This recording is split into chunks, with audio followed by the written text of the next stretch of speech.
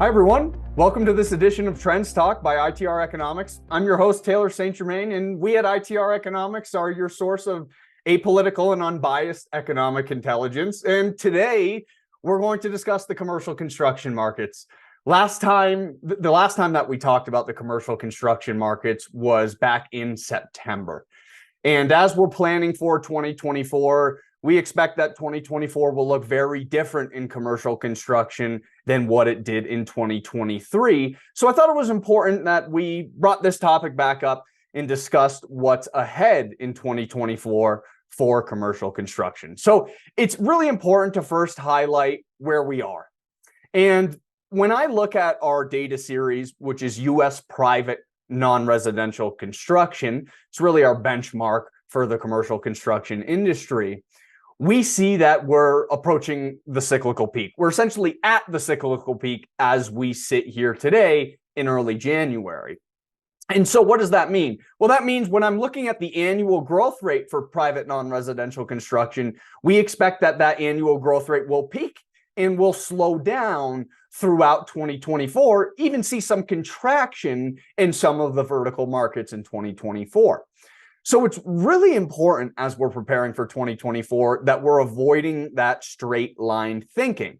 Now, for those of you that are familiar with ITR Economics, you are very well aware of our constant reminder to avoid that linear budgeting or straight line thinking because of the cyclicality of the economy and most of the data sets within our economy. And that's really important as we sit here today. Because if you're assuming that you'll see the same level of growth in 23 in the commercial construction, or in 24 in the commercial construction markets that you saw in 23, then unfortunately, you're going to be misled. And so our forecast is that we continue to see that cyclical decline in private non-residential construction as we continue to progress throughout 2024. And of course, we have leading indicators that are telling us that that is likely the case. I wanted to call out a couple of leading indicators here. The first comparison that I make is private non-residential construction to the U.S. commercial real estate occupancy rate. And so if we look at the commercial real estate occupancy rate on a 3-month moving average and compare that to the annual growth rate for non-residential construction, we get a 14-month lead time from that occupancy rate. And as we sit here today, that occupancy rate is below zero. It had been slowing throughout the last few quarters and has recently crossed below the zero line.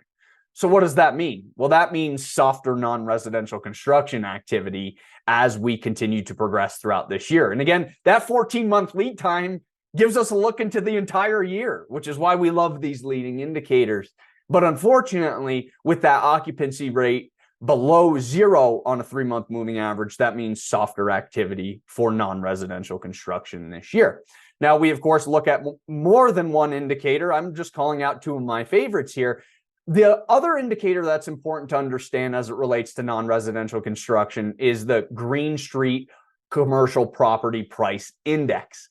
That, too, is in the negative territory as we sit here today. When we compare the annual growth rate of that Green Street Property Price Index to the non-residential construction series, we get a 13-month lead time. So similar lead time to the previous indicator that I just mentioned. And that indicator, too, had been declining in terms of its rate of change and recently crossed below the zero line. It's sitting at minus 12.4% year over year as we're talking here today.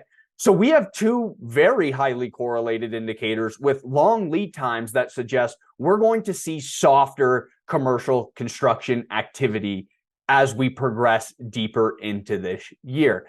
Now, by no means am I saying every single commercial construction vertical is going to be in the negative territory in 2024. And that's why it's really important that you subscribe to our trends report and take a look at that construction module, because that construction module will highlight all of the various commercial construction verticals, from office to education to hospital to warehouse. We forecast all of these verticals out 3 years. And again, many of these construction verticals are at peaks or have just passed through cyclical peaks, but are still very positive as we sit here today. However, based on some of the leading indicators I just mentioned, along with a plethora of others, we see 2024 being a much more challenging year for many of these verticals.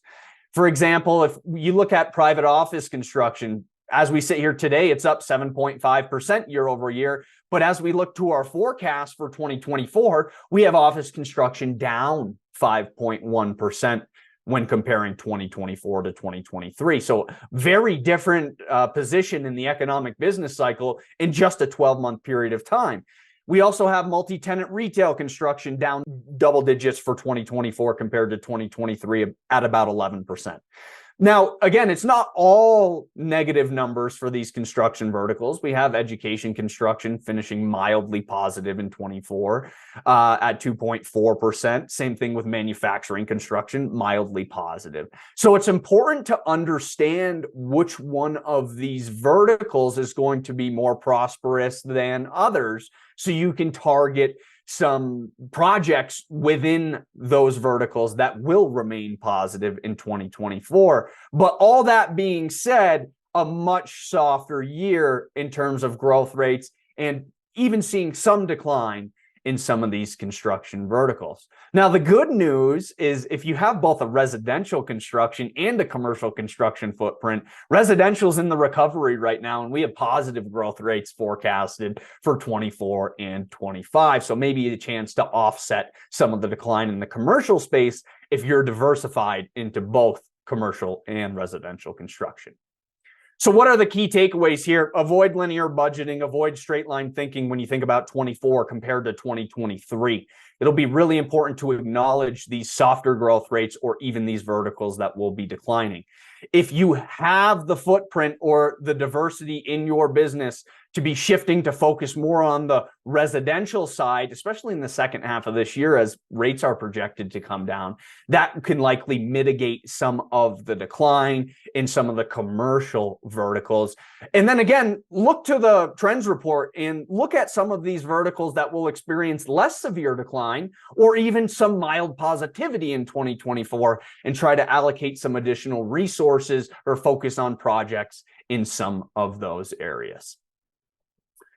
So I do hope you found this information helpful. As a reminder, please like and subscribe to Trends Talk wherever you listen to your podcasts.